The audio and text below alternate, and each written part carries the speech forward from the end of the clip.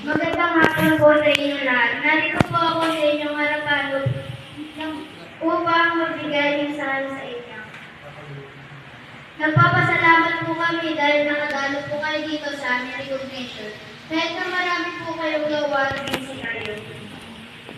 Kung kayo po sa tulong. Di yan, iyak. Ikaw kayo dayak. Matanong lang po, proud po ba kayo sa mga anak niyo? Hindi. Walang nasagot kayo. Proud po kayo? Ang sumagot, may isang pirasong pizza. Sa peraso po ito, ma'am. Kaya tatay, proud din po kami sa inyo. Weh.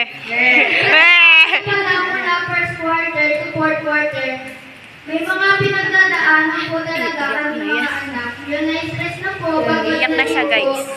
Iyak na siya. Hindi na mo alam ang gagawin kasi yung iba nagagraming na mga nagsisigawa po pag deadline na. Kasali na rin po ako. Tatawa-tawa lang, oh. Tatawa lang, oh. Po doon sa mga tatay at nanay, don't pressure your children. Kasi na-stress po yan kaka-review kasi di po nila alam kung paano po nila makukuha yung grado 9 or score.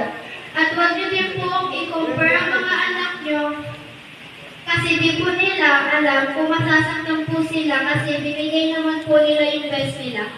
Nadidisappoint po sila minsan tuwing ang bababa ng mga nakukuha nilang score sa exam dahil mataas naman talaga.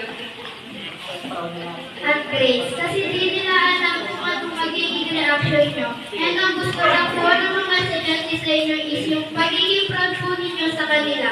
At matanggap nyo po kung anong nakuha nilang score at grades. Kasi yun lang po ang nakayanan nila. Meron pa naman po pagkakataon na bumawi.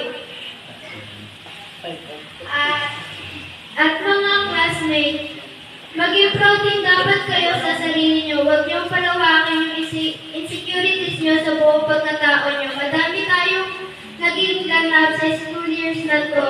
Sana madala nyo ang mga aral na naiwan sa akin. Congrats po sa lahat. Kainan.